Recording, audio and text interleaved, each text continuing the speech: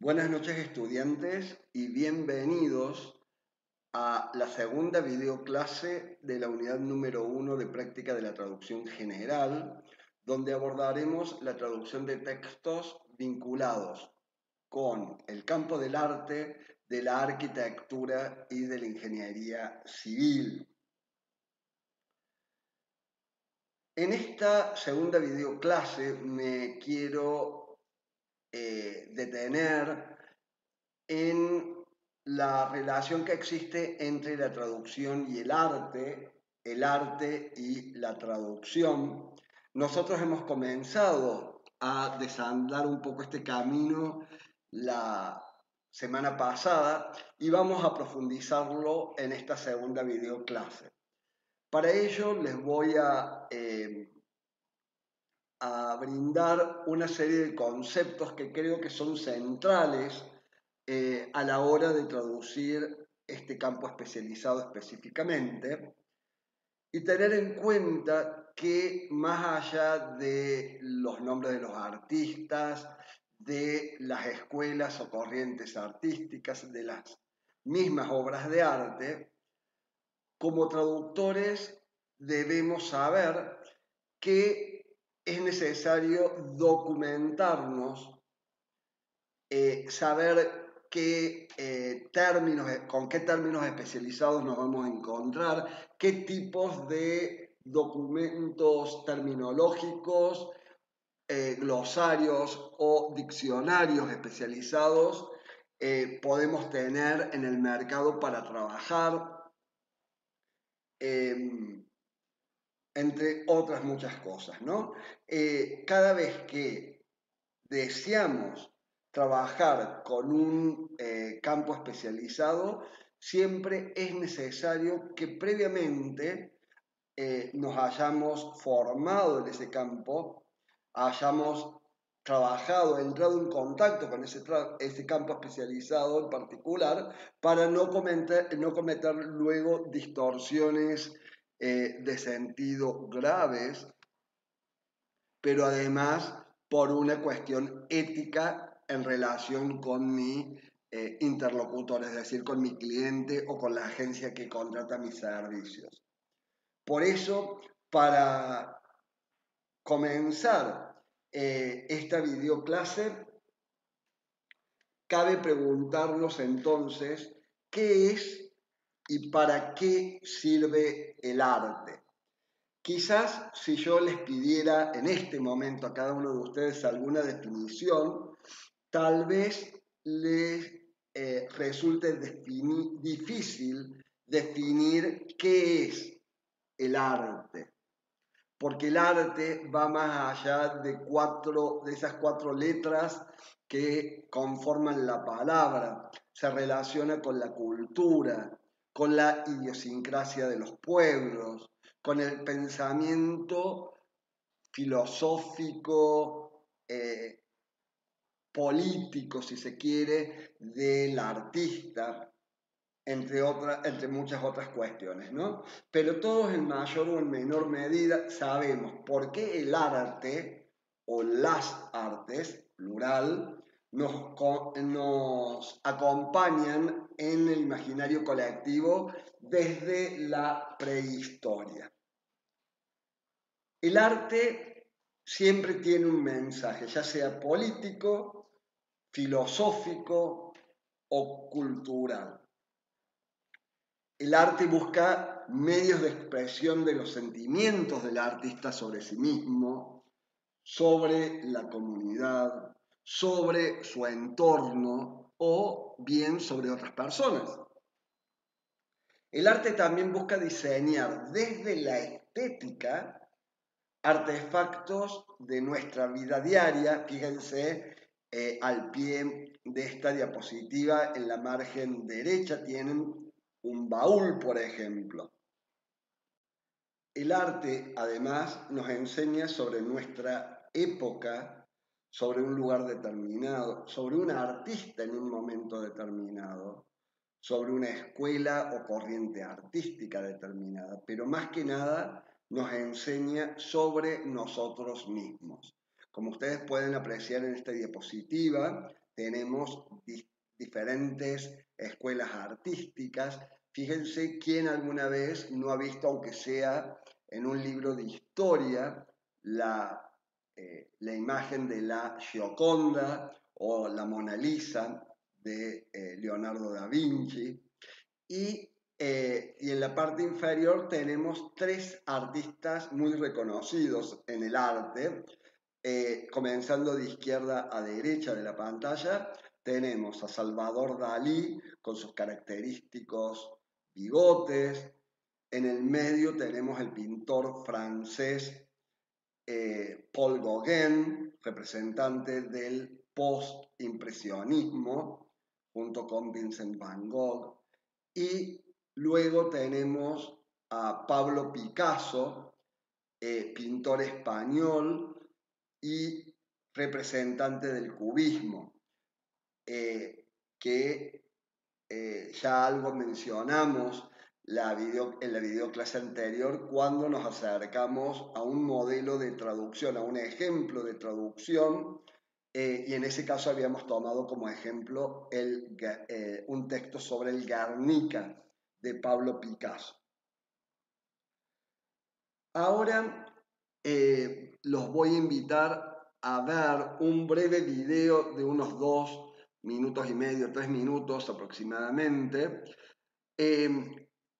donde apreciaremos un breve recorrido a lo largo de la historia sobre los distintos movimientos, las distintas escuelas artísticas, algunos representantes de cada movimiento, algunas obras de arte que los representan. Vamos allá entonces.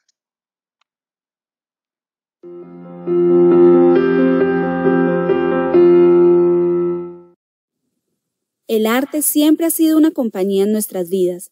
Vemos arte en la naturaleza, en las calles, en los museos, en todas las cosas que encontramos a nuestro alrededor. Desde tiempos inmemorables, el arte ha ido cambiando, creciendo y evolucionando con nosotros. Por eso, en este mes de abril queremos ofrecerle un homenaje a la historia del arte, contándoles algunos de los hitos más importantes de todos los tiempos. Las nociones de arte aparecen por primera vez durante la prehistoria por medio de lo rupestre, como pinturas en cuevas o esculturas y grabados en roca.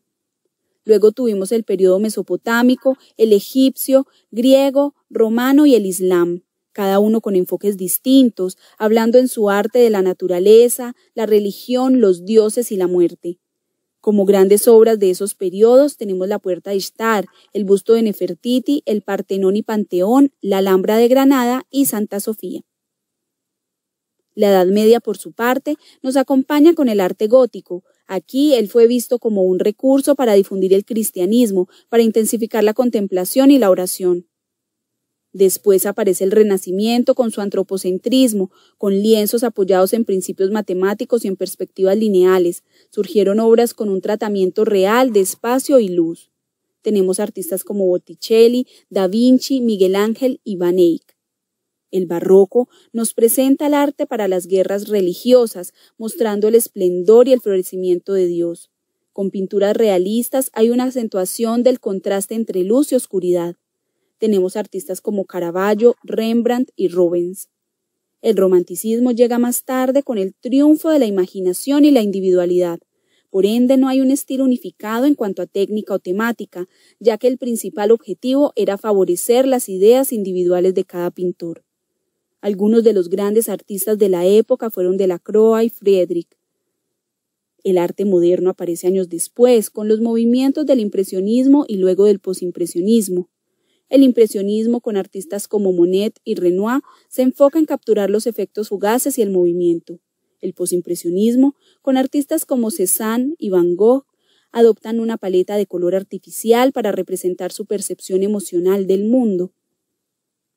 Luego vienen las vanguardias artísticas, con un arte rompedor e innovador, con numerosos movimientos.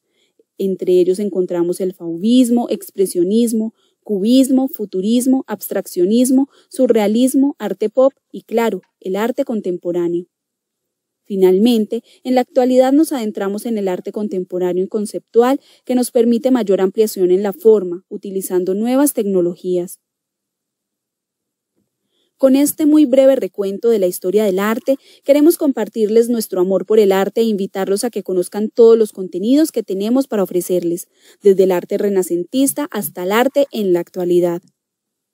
El arte para mí es un acto humanitario y conlleva la responsabilidad de crear un efecto en la humanidad, de hacer el mundo un mejor lugar. Jeff Koons.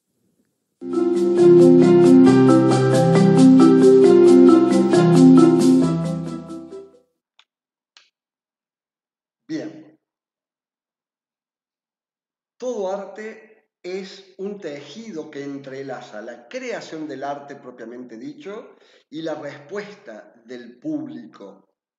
Y esto es muy interesante porque quizás no se vea en otras disciplinas. Según los autores, podemos nombrar entre 7, 9 e incluso algunos autores hablan de hasta 10 artes diferentes. Conocerán porque está muy arraigado en la cultura seguramente que el séptimo arte es el cine, pero además tenemos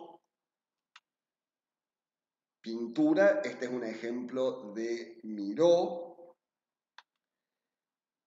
diseño gráfico, ilustración, podríamos decir que todos ellos quizás puedan tal vez incluirse dentro de una misma categoría, escultura, arquitectura, literatura, poesía, tal vez la poesía sea naturalmente la primera manifestación del arte en la historia, la música, el teatro, que también lo podríamos entender como parte de la literatura, por supuesto. Incluso algunos autores también piensan hasta en la moda y en la danza. Si a estas manifestaciones de arte, creo, si no me equivoqué, contado como unas 11 más o menos, le sumamos los movimientos, las épocas y los artistas, tenemos un corpus bastante interesante para trabajar en traducción, con este campo especializado en particular.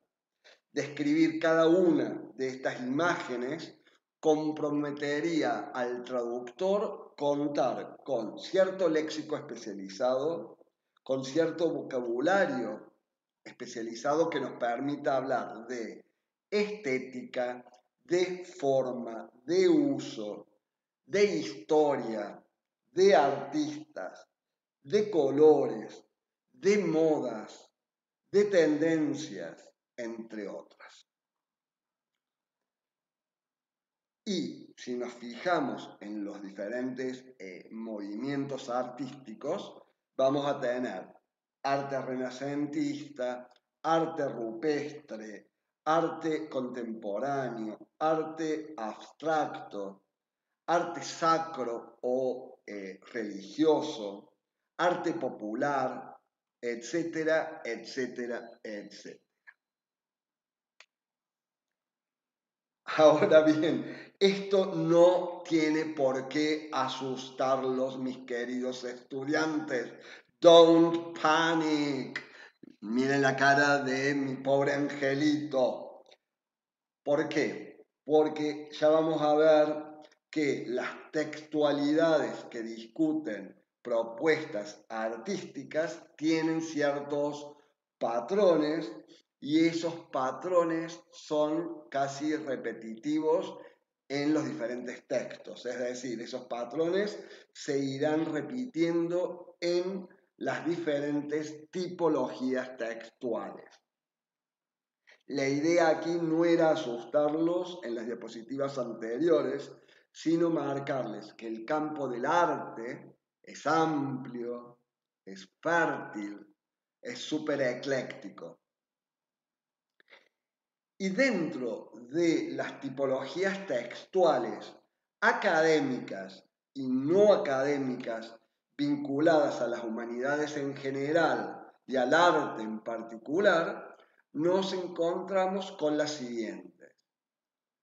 Divulgación, como por ejemplo gacetillas, críticas, prensa, informes de inicio, de avance o de finalización de proyectos, de solicitud de fondos, de políticas oficiales, de propuestas, etc. Que este ítem se relaciona más con la arquitectura y con la ingeniería civil que estaremos abordando la próxima semana. Estudios e investigaciones científicas como tesinas de grado, tesis de posgrado, publicaciones. Cuando hablamos de carreras de grado, hablamos por ejemplo de la licenciatura y el trabajo final para una licenciatura se llama tesina. Mientras que cuando hablamos de posgrado nos estamos refiriendo a carreras como maestría o doctorado, donde allí el trabajo final recibe el nombre de tesis.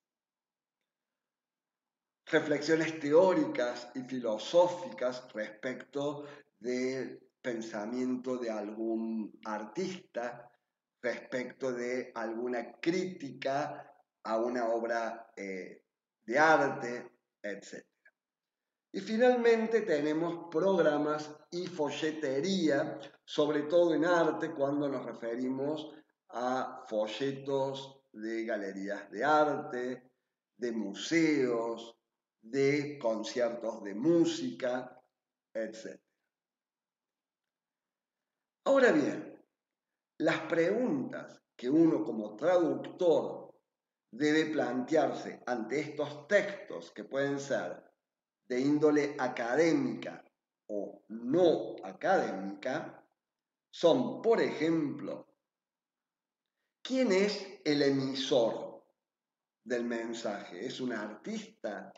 ¿Es un periodista? ¿Es un crítico? ¿Es un académico?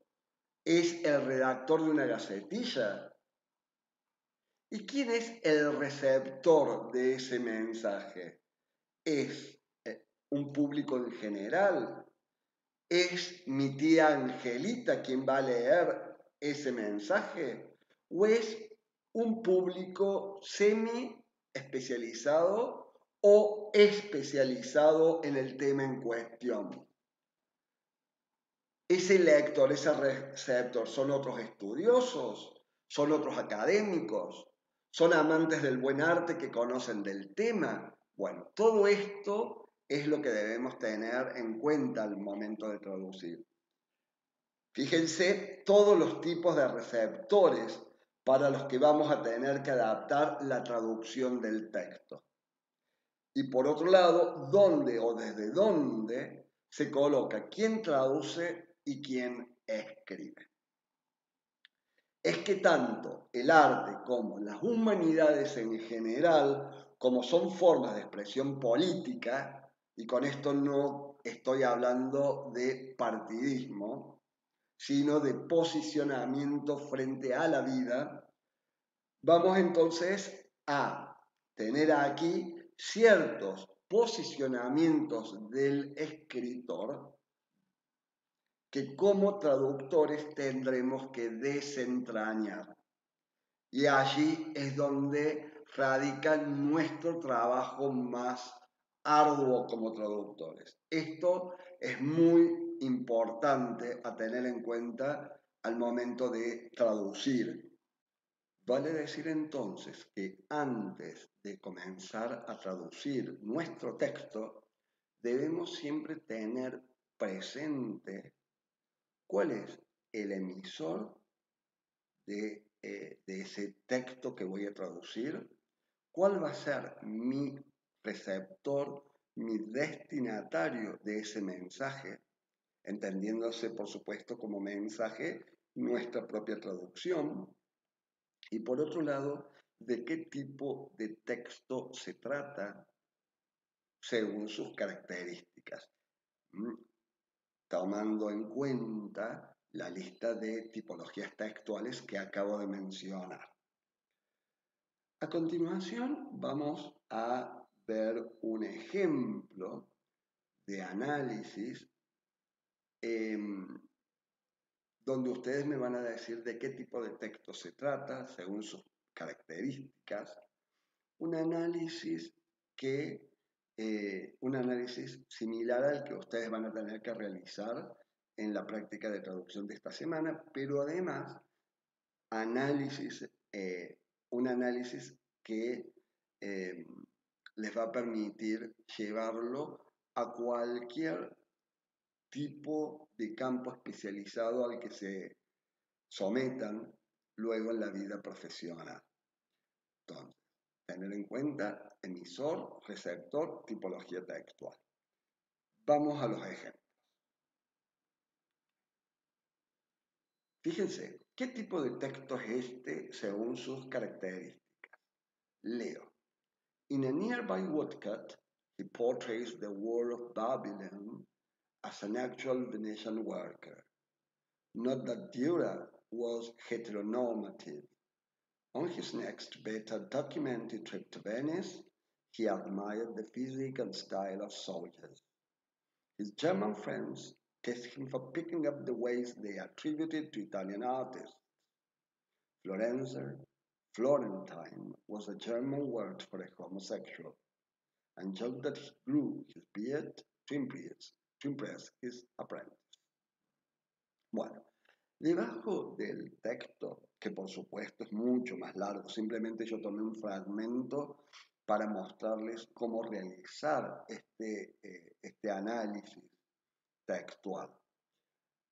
Debajo de este fragmento encontramos una imagen, una fotografía, y debajo de esta fotografía encontramos el siguiente epígrafe, que dice así: It is weird and it is wonderful, detail of the apocalypse, the war of Babylon, woodcut print, 1498, by Albrecht Dürer, photograph in camera stock, Allen.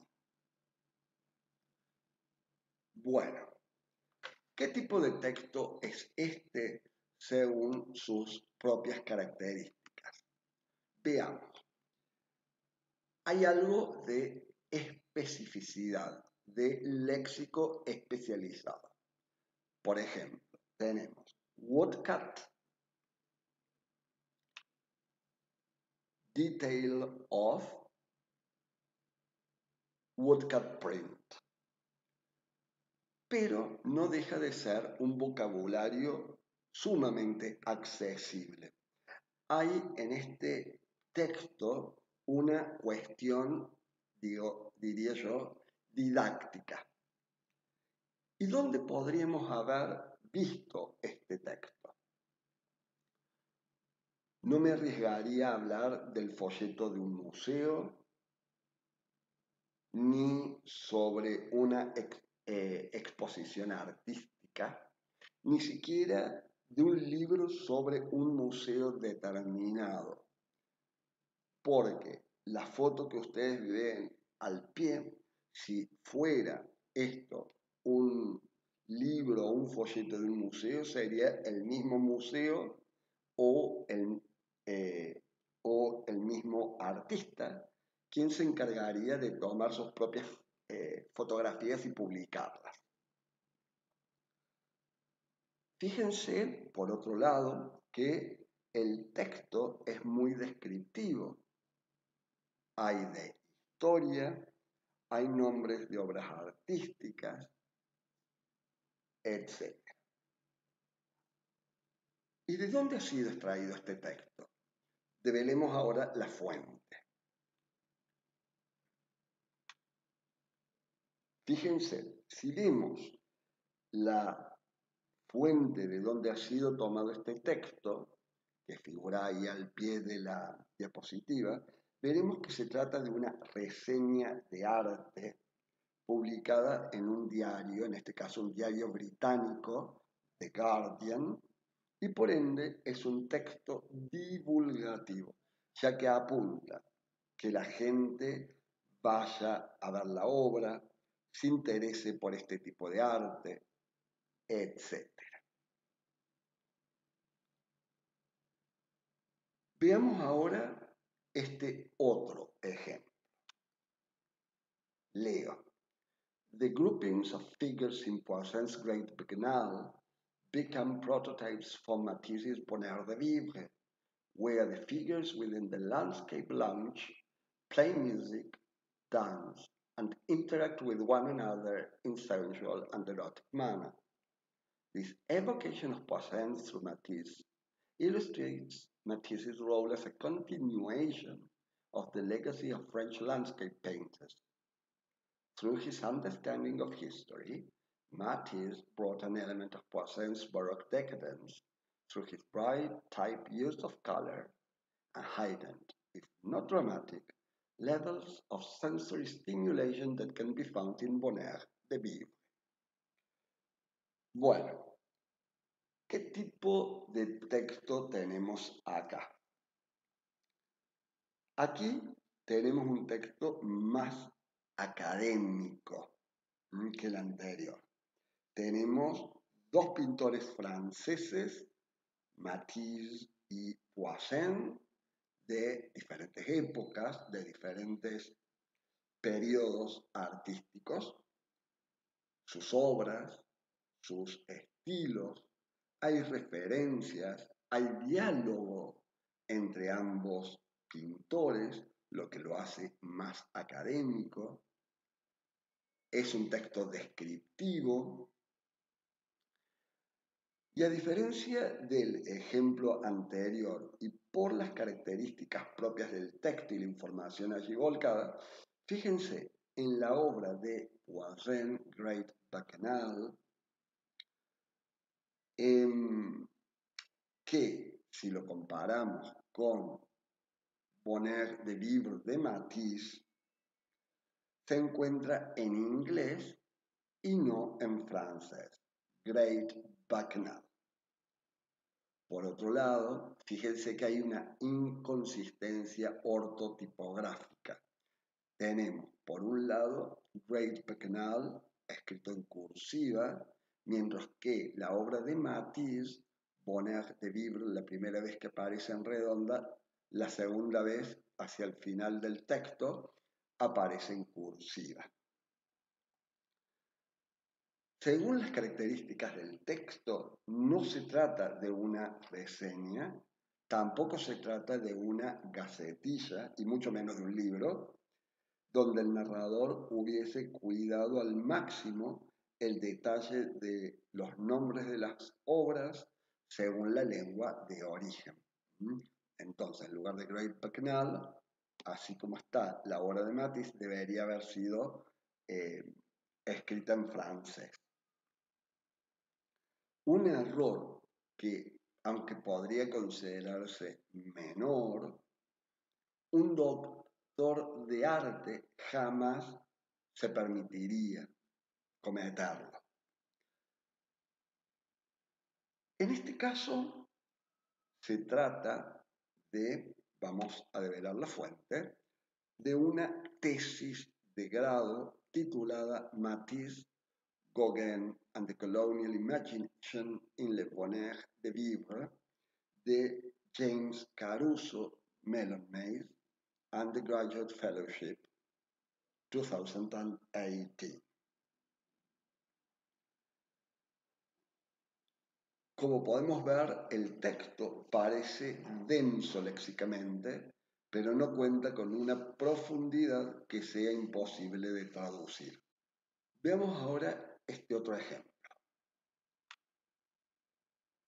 Punuku Tiukurpa is made up of carvings and artifacts made from wood, collectively known as Punu, made by members of Maruku Arts. Punu has always been part of Anangu culture. Most Punu were traditionally carved for practical purposes and occasionally decorated. Punu can now be bought commercially at Maruku Arts and features many of the intricate waka designs common to those found in caves or made in sand drawings. Sculptures, artifacts, and Walker boards feature pokework designs that are burnt into the wood with hot wire. While many artists are faithful to both traditional and contemporary carving styles in their work, some are continually exploring new mediums, techniques, and designs with the Punu tradition. Bien, ustedes tienen debajo de este texto, tienen una imagen con un epígrafe que dice Topai Kyulyata, PT 2020, Itara River Red Gun, and Kitty Spinifex Resin, y las dimensiones del lienzo, 815 by 150 by 193 milímetros. Bien, ¿qué tipo de texto es este?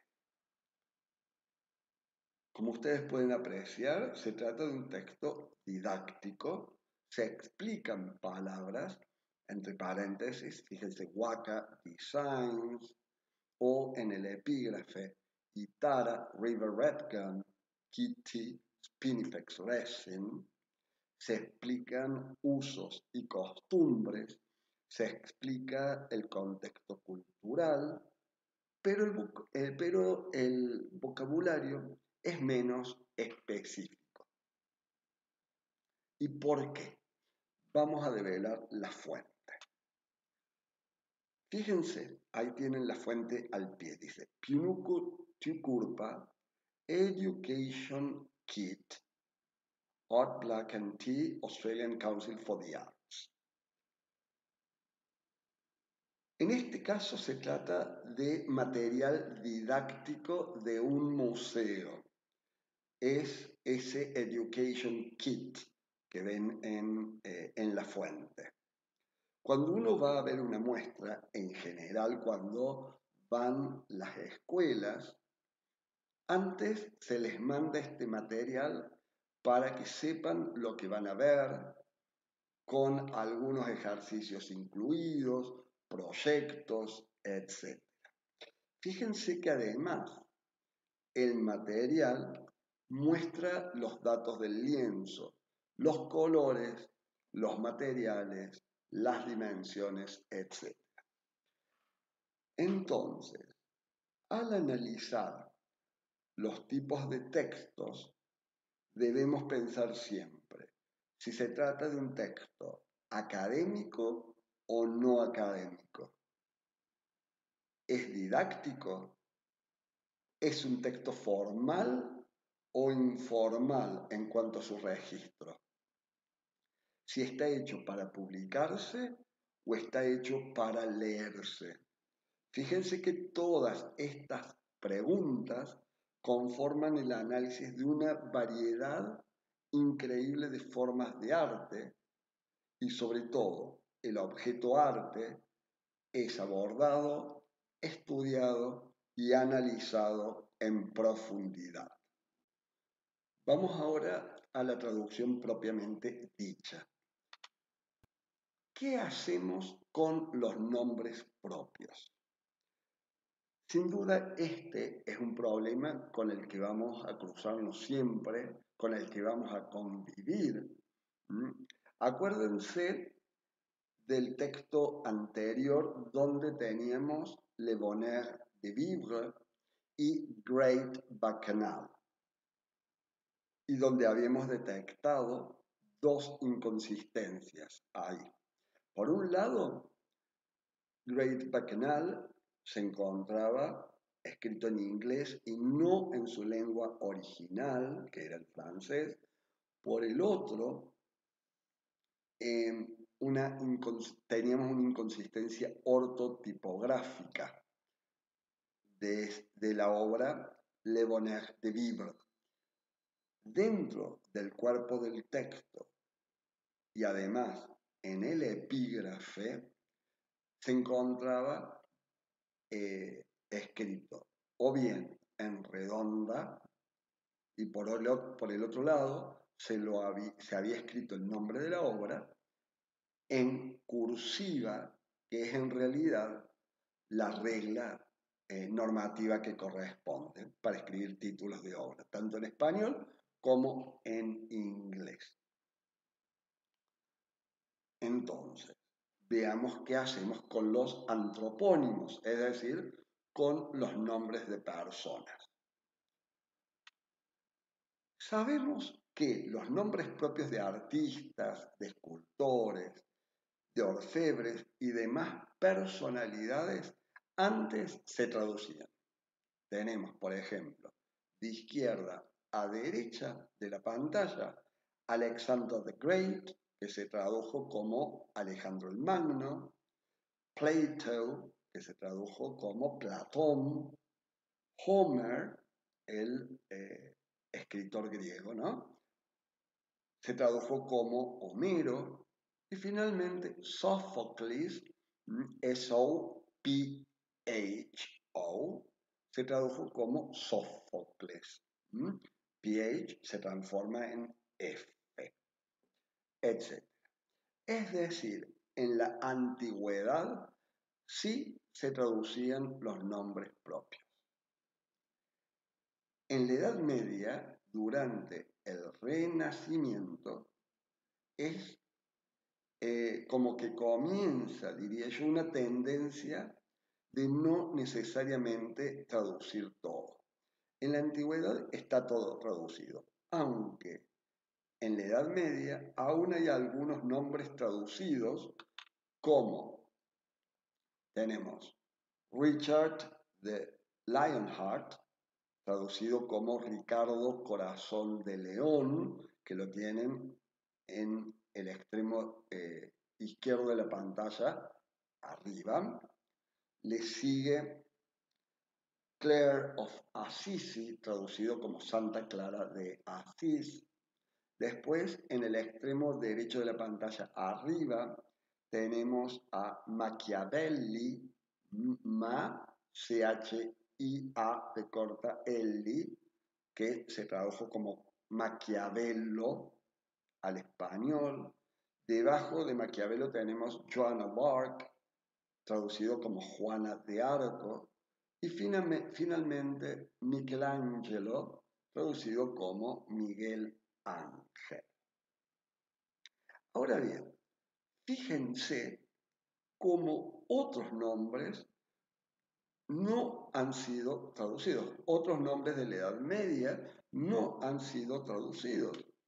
Piensen, por ejemplo, en William Shakespeare.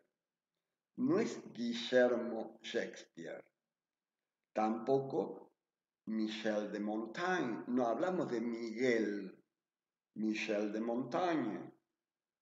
Tenemos en el extremo derecho arriba, tenemos a Montesquieu y debajo tenemos a Jean-Jacques Rousseau. Estos nombres no han sido traducidos y pertenecen a la Edad Media. También es cierto que si leemos a algunos pilares de la investigación traductológica como Peter Newmark, Eugene Naida, Patricia Wilson e incluso Marina Orellana, que nos dicen que los nombres de papas, la realeza en general, etc., se siguen traduciendo. Aunque en relación con la realeza, no siempre. Piensen, por ejemplo, el príncipe Harry no es Enrique, ni tampoco la princesa Kate Middleton se tradujo como Catalina Middleton. Aunque en España sí le dicen Catalina Middleton, pero en realidad es Kate Middleton. Entonces, ante estas dudas, debemos tomar un criterio como traductores y no traducir los nombres porque sí, porque me gusta o porque suena más bonito al oído.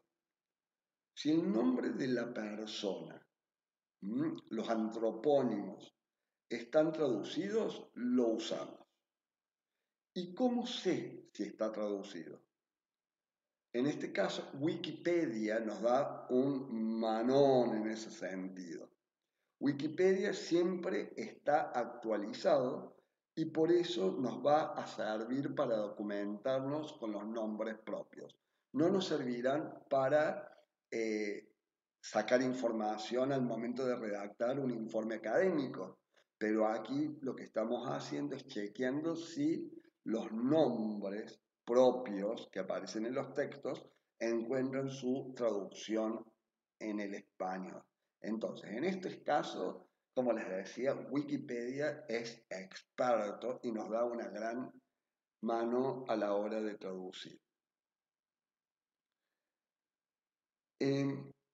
Debemos prestar también mucha atención a esto porque si bien todo es perfecto, pero las modas cambian y lo que se traducía en la antigüedad y en la Edad Media, capaz que en la actualidad ya no se traduce. Entonces, en este conjunto de nombres entrarían la de los miembros de la realeza, donde algunos sí encuentran su equivalente en español. Fíjense cómo decimos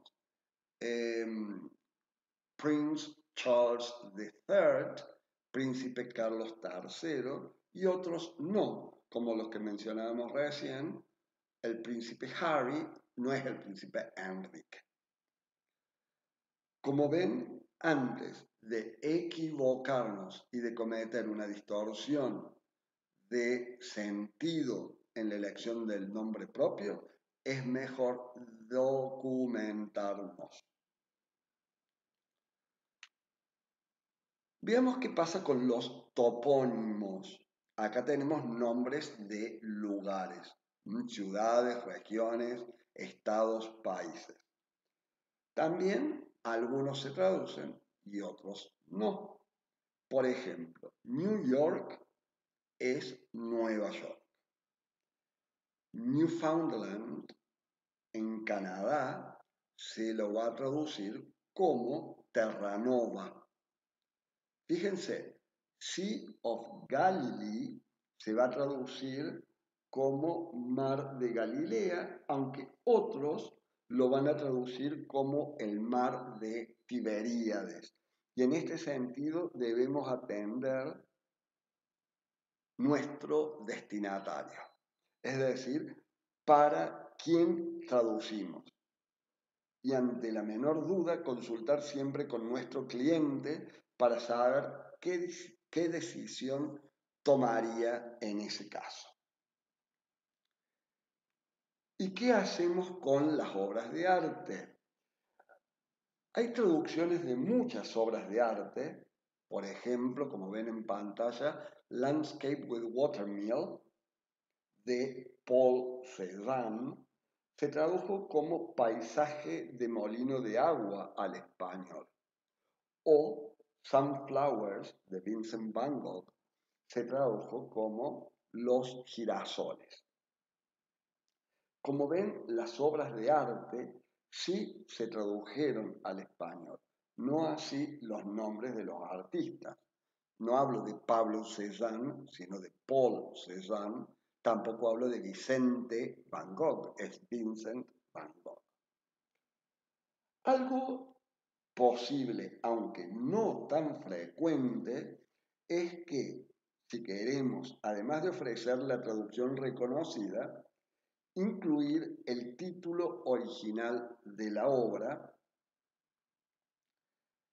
y este va a ir entre paréntesis. Por ejemplo, Femme à la mer, que es una obra de Paul Gauguin, se escribirá en español la traducción reconocida, Mujer de mar, por supuesto siguiendo la normativa del español, mayúscula en la palabra inicial de la obra solamente y en cursiva, y entre paréntesis el título original de la obra en francés, Femme à la mer, también en cursiva por ser el título de obra, aunque en otro idioma, en este caso en francés. Como ven, tenemos primero el nombre en castellano, el nombre reconocido en castellano y entre paréntesis el nombre de origen de la obra, sea en francés como en este caso, puede ser en italiano, en portugués, etc. Muchas obras de arte tienen ya acuñada su propia traducción, como las que acabamos de mencionar, pero otras no la tienen. ¿Qué pasa, por ejemplo, si la obra de arte a traducir es japonesa, china o coreana? A veces es muy difícil que aparezca una traducción posible. Entonces, directamente en ese caso, se escribirá el nombre de la obra sin traducir, aunque siempre siguiendo la normativa para obras de arte, es decir, en cursiva, y luego entre corchetes, no paréntesis como veíamos para el caso anterior, escribiremos una traducción sugerida. Por ejemplo, veamos este caso. Daybreak over Lake Yamanaka del pintor japonés Kawase Hasui no tiene una traducción reconocida en español. Entonces, en este caso, vamos a escribir en cursiva el nombre de la obra, Daybreak over Lake Yamanaka, y entre corchetes una traducción sugerida, siguiendo por supuesto la normativa del español. Como veíamos recién, mayúscula en la palabra inicial y luego todo en cursiva. Amanecer sobre el lago Yamanaka. Fíjense, lago también va en minúscula porque es un accidente geográfico, un nombre genérico que no forma parte del nombre propio. Bueno, gente, hemos llegado así al final de la videoclase de esta semana, no sin darles como siempre cuál es la bibliografía para la lectura obligatoria de esta segunda semana vinculada con la unidad. En este caso se trata de material de cátedra sobre arte y traducción que profundiza un poco lo que estuvimos abordando en este recorrido, y después en la guía de estilo van a leer y apropiarse de los usos de estos 3 signos de puntuación para poder aplicarlos correctamente en sus traducciones.